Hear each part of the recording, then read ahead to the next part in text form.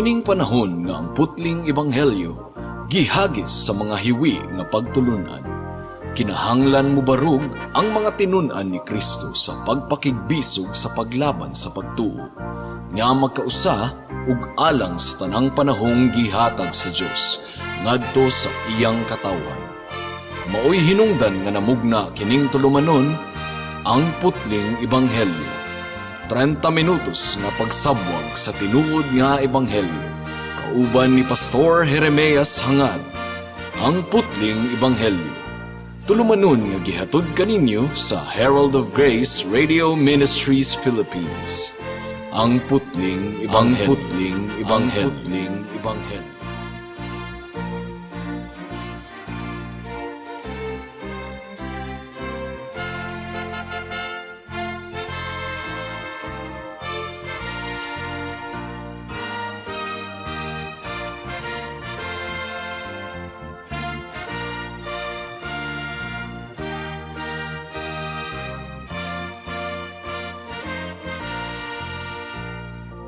Special greetings sa tanang mga regular nga tigpaminaw sa atong panagsibya dinhi sa kahanginan ug espesyal usab nga pagpanimbaya sa akong 95 years old nga lolo nga si Isabelo Lauri Sr. nga naminaw karon. Alang sa pagpamalandong sa pulong sa Ginoo nining taknaa, please turn with me to Romans chapter 3 verse 1 hangtod sa verse 2. Ang giingon dinhi mga kaigsuonan. Unsa bagayod ang nakalabaw sa mga Hudiyo? Uunsa ang kapuslanan sa pagtuli? Daghan kaayo. Ang una sa tanan, gisalig kanila ang mga pagtulunan sa Dios. May the Lord bless the proclamation of His word at this moment. Midangat na gayud kita finally sa chapter 3 mga kaigsuonan sa Book of Romans. Ug ang chapter 3, pwede nato kining i-divide or bahinon sa tulo ka bahin. Una, sa verse 1 hangtod sa verse 8, gitubag ni Pablo ang mga reklamo or pagsupak sa mga Hudiyo mahitungod sa mga butang nga iyang gihisgutan sa nauna nga mga kapitulo. And then sa verse 9 hangtod sa verse 20, gi-establish ni Paul, tataw gayod, nga ang tanang mga katawhan ilalom sa kasalanan. Ang matag-usa nakasala ug ang matag-usa guilty atubangan sa Ginoo. And then finally, sugod sa verse 21, gipakita ni Pablo ang pamaagi sa Ginoo sa pagsulbad sa kasalanan sa mga katawhan ug sa unsang paagi ang tawo pagaisipon nga matarong atubangan sa Ginoo ug madawat siya sa atong Ginoo. So, gilatag ni Apostle Paul ang doctrine of atonement sa unsang paagi ang sala sa mga katawhan mahinluan ug matabunan.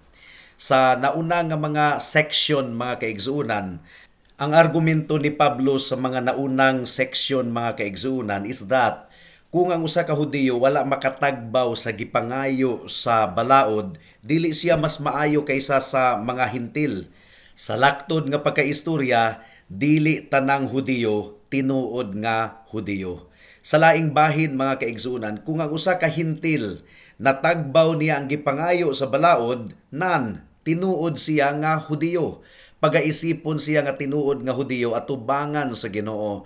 So ang pinakapunto ni Pablo sukad pa sa tunga-tunga sa kapitulo 1 mga kaigsuonan, mao nga ipakita kanatong tanan nga ang Hudiyo ug ang Hintil pareho silang nanginahanglan sa kaluwasan pinaagi sa atong Ginoong Hesukristo. Pareho silang nanginahanglan sa grasya nga muoy hinungdan nga pagaisipon silang matarong atubangan sa Dios. Kung gidawat nimo si Kristo ingon nga imong manluluwas, kung naghinulsol ka sa imong sala higala ug nagsalig ka lamang sa pagkamatarong ni Kristo, ikaw anak sa Dios. Ikaw usa sa mga piniling katawhan sa Ginoo, nahaapil ikaw sa panimalay ni Israel. Now karon sa chapter 3, gisugdan kini ni Pablo pinaagi sa pagtubag sa mga posibleng pangutana or pagsupak nga ibato sa mga Hudiyo bato kang Pablo. Posible nga moingon sila nga, Paul, ang buot ba nimong ipasabot nga wala gyud kalainan ang Hudiyo ug ang Hintil? And if you are saying nga ang pagtagad sa Ginoo sa Hudiyo ug sa Hintil pareho lang, Nan, unsa may nakabintaha kun Hudiyo ang usa ka tawo? Ang buot ba nimong ipasabot, Pablo, nga niadtong gitawag sa Ginoo si Abraham? Unya gimugna ang usa ka dakong nasod gikan kang Abraham. Unya gihatagan sa Ginoo sila og balaod. Wala di hinungdan katong tanan, walay pulos. Are you saying, Pablo, nga walay purpose kung ang usa ka tawo Hudiyo? Dugang pa, ang buot ba nimo ipasabot, Pablo, nga wala gayoy tinuod nga bili ang daang tugon? The whole Old Testament, mga kaigsuunan, gi-question sa mga Hudiyo. Napangagpasan na ni Pablo nga muunay ipangutana sa mga Hudiyo nga nagbasa sa sulat ni Pablo sa chapter 1 ug chapter 2 sa Book of Romans. Ang tubag ni Pablo, daghan kaayo og bintaha kung ang usa ka tawo Hudiyo. There is much advantage of being a physical Jew of the nation of Israel. Niining taknaa, mga kaigsunan, atong hatagan og overview ang advantage or pagkabintaha sa mga Hudiyo, and then next week atong tun-an ang advantage sa ilang pagdawat sa pagtulunan gikan sa Ginoo. So adunay duha ka bahin ang atong pamalandong niining taknaa. Una, the priority of the Jews. Ug ikaduha, the faithfulness of God or ang pagkamatinud-anon sa Dios. Mudangat na kita sa unang punto, mga kaigsuunan. The priority of the Jews. Gihatagan gayud sa Ginoo ang mga Hudiyo ug prioridad, unang pagtagad. Mo kini gi-describe sa Romans chapter 1 verse 16. Naguna gayud sa mga Hudiyo and then sunod ang mga Hintil. Romans 1:16 ang giingon dinhi. Tungod kay dili nako ikaulaw ang ebanghelyo, tungod kay kini ang gahom sa Dios alang sa kaluwasan sa matag magtotoo, una sa Hudiyo ug maingon man usab sa mga Griego. So, ang prioridad sa Ginoo naa sa mga Hudiyo, mga kaigsunan. Again, gipadayon ni Pablo kining panghuna-huna sa Romans chapter 2 verse 8 hangtod sa verse 10. Ang giingon dinhi, samtang alang kanila nga hakog ug wala nagasunod sa kamatuoran, kundili nagasunod sa dautan, alang kanila ang tunglo ug kapungot, makabaton ug kalisod ug pag-antos ang matag kalag nga nagabuhat og dautan, una sa Hudiyo ug maingon man usab sa Griego. Apan kahimayaan, kadungganan ug kalinaw sa matag tawo nga nagabuhat og maayo, una sa Hudiyo ug maingon man usab sa Griego. So unsay advantage kung ang usa ka tawo Hudiyo, gi-priority gyud unta siya sa Ginoo sa Old Testament, mga kaigsuunan, sa pagpadayag sa Ginoo sa iyang kabubuton ngadto sa tanang katawhan. First priority ang mga Hudiyo. Ilalom sa daang tugon, mga kaigsuunan, adunay mga saad ang Ginoo distinctly alang sa nasod sa Israel. Ug tataw kayong gitudlo sa Biblia nga ang mga Hudiyo gipanalanginan gayud og daghan kaayong panalangin. Una, gipili sa Ginoo si Abraham ug nakigsaad ang Ginoo ngadto kang Abraham.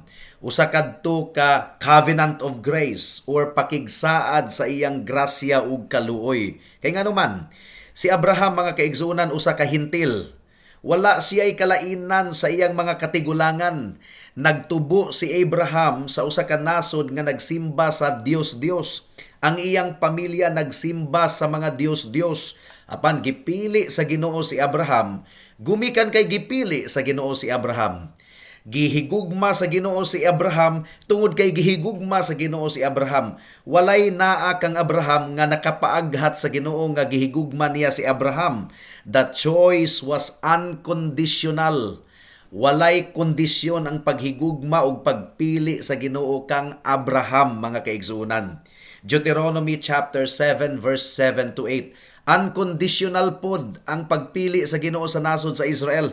Ang giingon dinhi, gihigugma kamo o gipili sa Ginoo dili tungod kay mas daghan kamo kaysa bisag unsang nasod o tungod kay pinakagamay kamo sa tanang mga tawo, kundili tungod kay gihigugma kamo sa Ginoo ug iyang gituman ang saad nga iyang gisaad sa inyong mga katigwangan.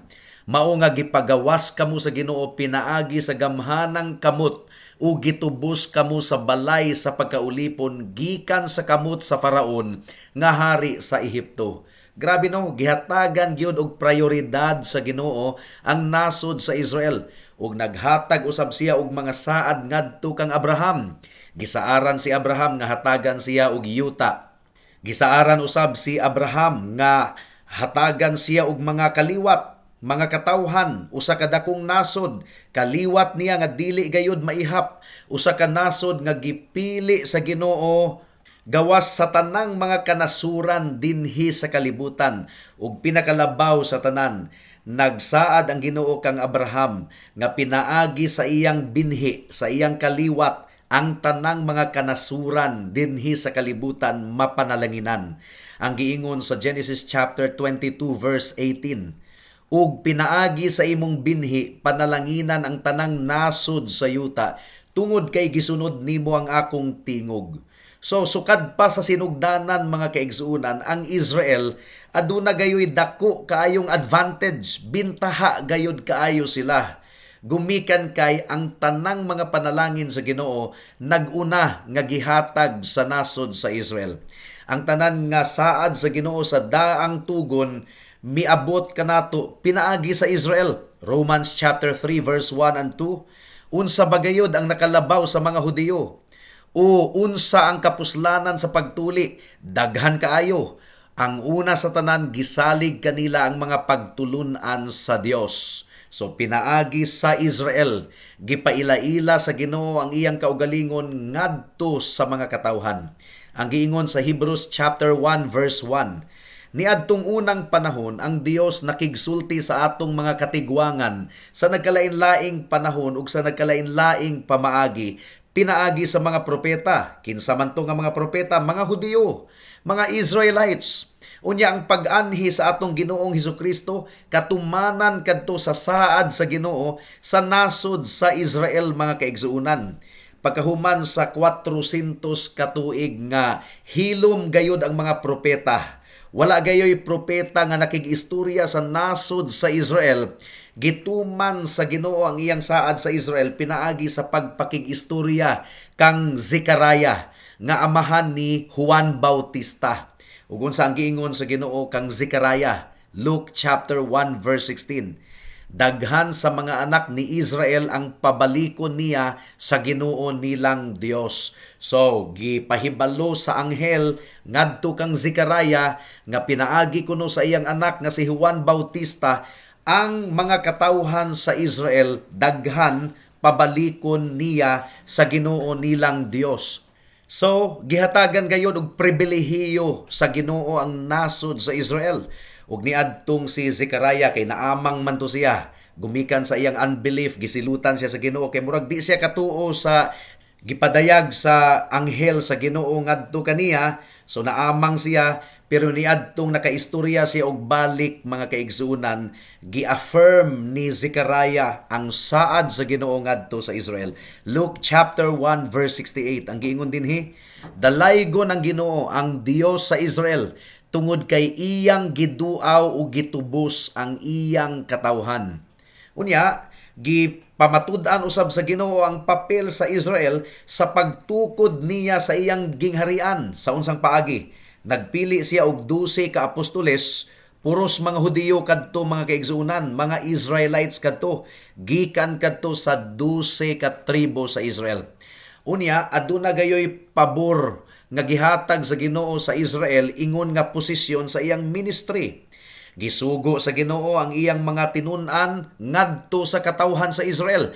Matthew chapter 10 verse 5 to 6 ang giingon dinhi, kining 12 ka mga tinun-an gipadala ni Jesus og gisugo nga nag-ingon, ayaw kamo og adto sa sitio sa mga hintil ug ayaw kamo og sulod sa bisag asang lungsod sa mga Samarianhon, kundili adtuan ninyo ang mga nangawalang karnero sa balay ni Israel. So dunay Jewish priority mga kaigsuunan. Gipalabi gayud sa Ginoo ang nasod sa Israel unta. Ang giingon sa Ginoo sa babaeng Kanaanhon nga ang iyang focus sa nasod gayud sa Israel. Matthew chapter 15 verse 24. Ang giingon dinhi, apan mitubag siya og miingon, wala ako gisugo gawas sa mga nangawalang karnero sa panimalay ni Israel. Ug ang mga magtutuo sa atong Ginoong Hesukristo, ila gayong nasabtan nga ang buhat ni Kristo applicable gayod sa nasod sa Israel. Gani, bisan pa sa pagkahuman nga nabanhaw si Kristo gikan sa mga patay, ila gihapong gipakita ang ilang misunderstanding. Gumikan kay ang ilang pagtan-aw kang Jesus usa ka politikal nga manluluwas nga mutukod sa iyang gingharian sa nasod sa Israel. Mao kini ang giekspresar nga pagkadismaya sa duha ka disciples niadtong naglakaw sila sa dalan padulong sa Emmaus. Ang gingon sa Luke chapter 24 verse 21. Apan naglaom kami nga siya ang mutubos sa Israel. Oo, ugawas pa niining tanan karon ang ikatulong adlaw sukad nga mahitabo kining mga butanga. So klaro gayud kaayo mga kaigsuonan nga ang ilang pagtan-aw sa atong Ginoong Hesukristo usa ka prinsipe, political ruler nga musalbar sa nasod sa Israel ug mutukod sa iyang gingharian. Bisan pa ang mga apostoles human sa pagkabanhaw sa atong Ginoong Hesukristo, ang ilang pagsabot gayod sa buluhaton ni Kristo mutukod sa iyang gingharian sa nasod sa Israel. Acts chapter 1 verse 6 ang gingon dinhi. Sa dihang nagkatigom sila, gipangutana nila siya, Ginoo, kini ba ang panahon nga pabalikon nimo ang gingharian sa Israel? You see, didto pagyod nakaangkla ang ilang panghunahuna nga ang atong Ginoong Hesukristo palabihon gayod ang Israel in terms of political progress. Matod pa ni Matthew Henry, the disciples having sucked in this notion with their milk that the Messiah was to be a temporal prince, were long before they could be brought to have any idea of his kingdom as spiritual. Ang pasabot ni Matthew Henry mga kaigsuunan, dugay pagayod kaayo ay nasabtan sa Israel nga ang gingharian sa Ginoo dili di ay physical kundili espiritual nga gingharian. Gani sa atong kapanahunan karon daghan pagayod in taong naglaom nga ang gingharian matukod og balik didto sa nasod sa Israel nga si Kristo daw mukanaog unya mutukod sa iyang physical kingdom unya muhari didto sa nasod sa Israel sa Middle East. Pero mga kaigsuunan, klaro kaayong gisulti sa atong Ginoong Hesukristo nga ang iyang gingharian dili literal ug physical nga gingharian. Unsa man ang iyang giingon kang Pilato sa John chapter 18 verse 36. Ang giingon ni Jesus, mitubag si Jesus, ang akong gingharian dili gikan niining kalibutana. Kung ang akong gingharian gikan niining kalibutana, ang akong mga tawo makigsangka unta aron dili ako matugyan ngadto sa mga Hudiyo. Apan ang akong gingharian dili gikan dinhi. So tataw gayud kaayo mga kaigsuunan nga ang gingharian sa Ginoo dili physical. Busa mga dispensationalist nga naglaom pagayod nga matukod og balik ang templo didto sa Jerusalem ug ang palasyo ug ang gingharian didto sa Jerusalem dili na kana mahitabo. Gumikan kay gitukod na ni Kristo ang iyang spiritual kingdom ug ang tanang mga sakop niini mao ang magtutuo sa atong Ginoong Hesukristo sa tibuok kalibutan karon dili lang sa mga Hudiyo mga kaigsuonan. Tinuod nga ang Israel gihatagan gayog priority sa pag-anhi sa Ginoo dinhi sa kalibutan. Ang saad sa Mesiyas nga moabot gihatag didto sa Israel. Mao kini giingon ni Pablo sa Romans 1:16. Tungod kay dili nako ikaulaw ang ebanghelyo, tungod kay kini ang gahom sa Dios alang sa kaluwasan sa matag magtotoo, una sa Hudiyo ug maingon man usab sa mga Griego. So naguna gayod ang mga Hudiyo sa revelation sa Ginoo, sa iyang pagpadayag sa iyang kaugalingon. Aduna gayoy dakong advantage ang usa ka Hudiyo, but not in the thing that matters most. Sa nagbarog sila atubangan sa Ginoo, nagbarog usab ang mga Hudiyo isip mga makasasala nga nanginahanglan sa kaluwasan pinaagi kang Kristo. Ang subo pamalandungon mga kaigsuunan gikan sa kasaysayan mao nga niadtong mianhi ang atong Ginoo sa kalibutan didto sa nasod sa Israel, gibalibaran siya sa mga Israelita. Mabasa nato kini sa John chapter 1. Ang giingon dinhi, mianhi siya alang sa iyang kaugalingong katawhan, apan ang iyang kaugalingong katawhan wala midawat kaniya. ug tataw gayud kaayo natong nakita niini niadtong gilansang si Kristo didto sa cross sa Kalbaryo. Unsa man ang gibuhat sa mga Israelites? Nagsininggitay sila, ipalayo siya, ilansang siya sa krus. Gisulti kanila ni Pilato, ipalansang ko ba sa krus ang inyong hari? Mitubag ang mga pangulong pari, wala kami hari, gawas lang kang Sisar.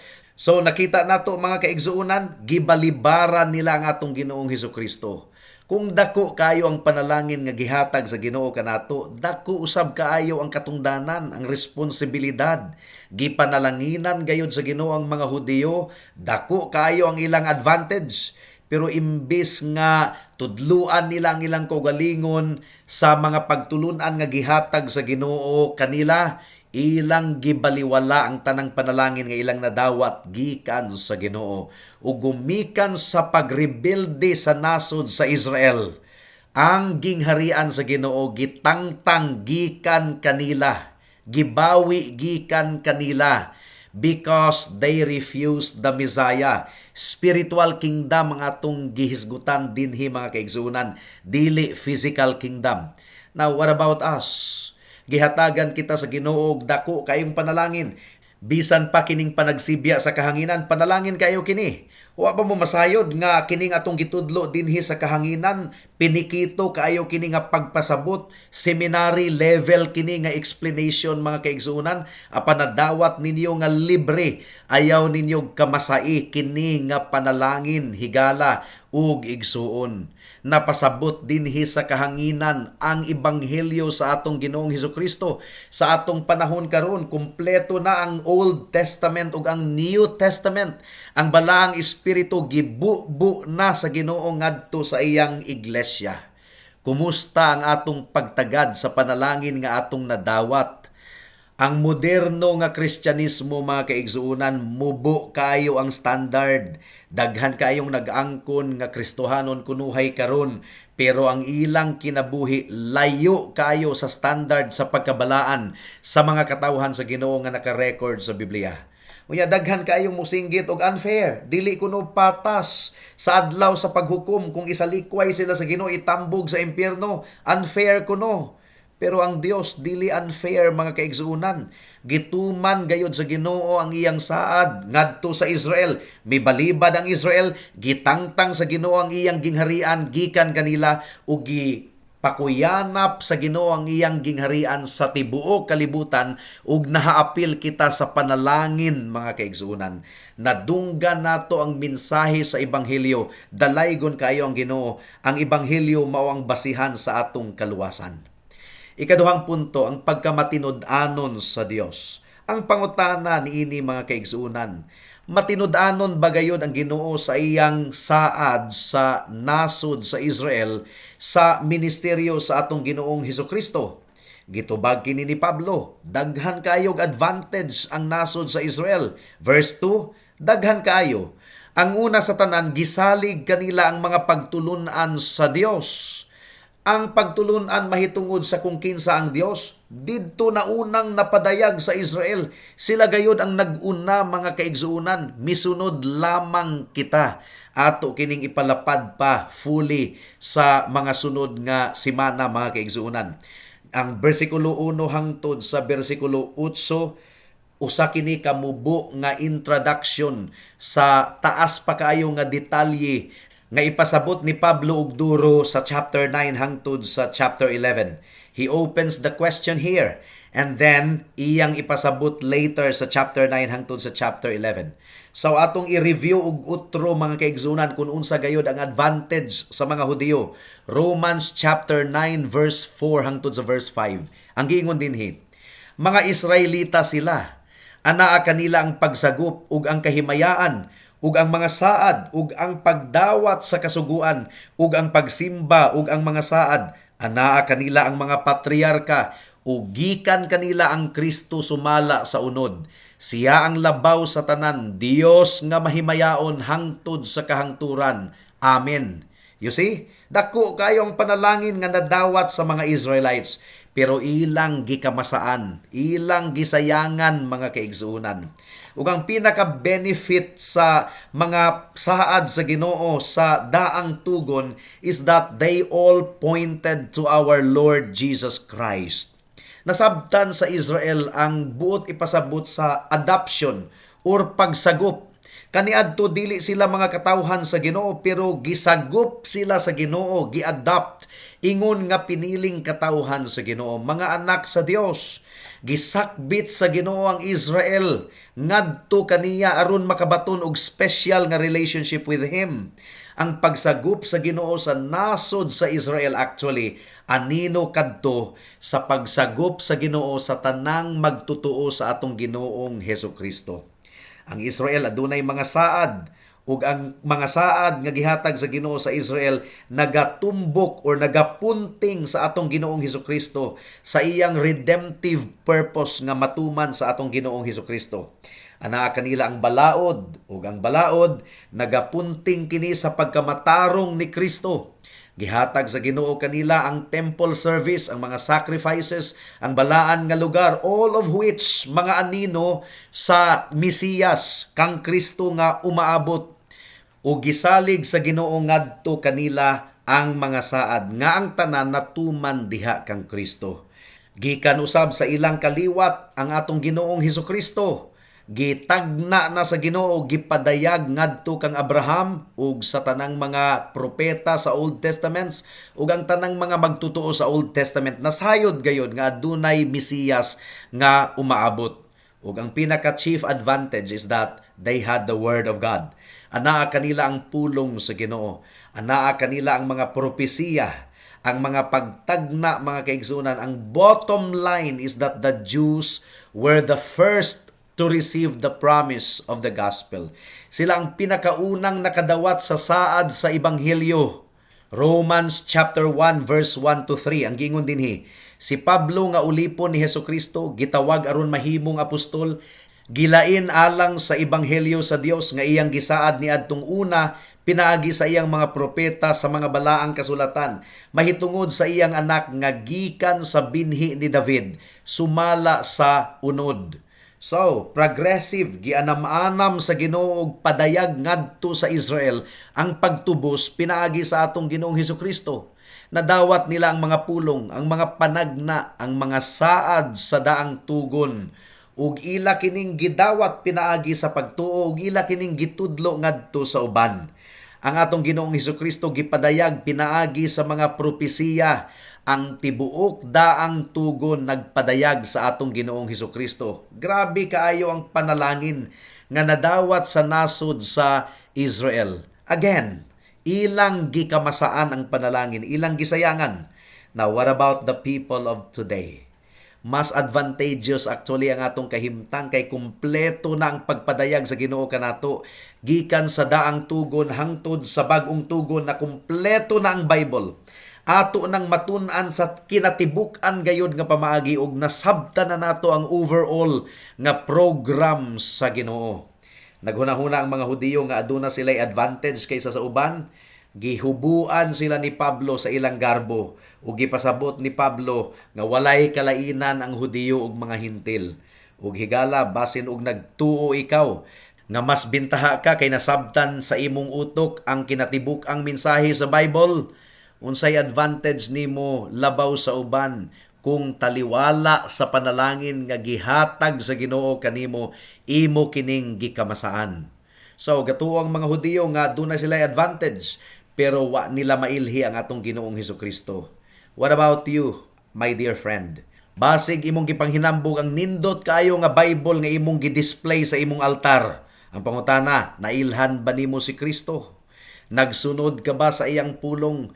Naghinulsol ka ba sa imong mga sala? Imo bang nasabtan nga ikaw makasasala og nahailalom sa tunglo ug pagdumot sa Dios? Ug imo bang nasabtan nga si Kristo lamang ang kasulbaran sa imong problema sa kasalanan? Dili nimo kayang luwason ang imong kaugalingon, pero si Kristo mianhi, siya ang nagbayad, nagpaaga sa iyang dugo didto sa cross sa Kalbaryo ug iyang gisunod ang tanang balaod sa Dios. Ang pagkamatarong ni Kristo ibisti, isulob kanimo Kung ikaw mutuo ug musalig lamang kaniya ingon nga imong Dios ug manluluwas, nasabtan ba nimo kini higala? Bisan pag-unsa ka ka-bright sa Bible, pero kung bagsak ikaw sa pinakamahinungdanon nga butang labaw sa tanan, ang kaluwasan nga imong madawat nga libre pinaagi sa pagtuo tungod sa grasya. Kung wala nimo kini madawat higala, walay pulos ang tanan. Busa ayaw na paglangalangan, paghinulsol sa imong sala ug salig kang Kristo lamang ingon nga imong bugtong Dios ug manluluwas. Karon na kay basin ug ugma ulahin na ang tanan. Amen. Alang sa dugang nga mga pangutana, mahimong mo text kang Pastor Jeremias Hangad sa 0935 744 3030.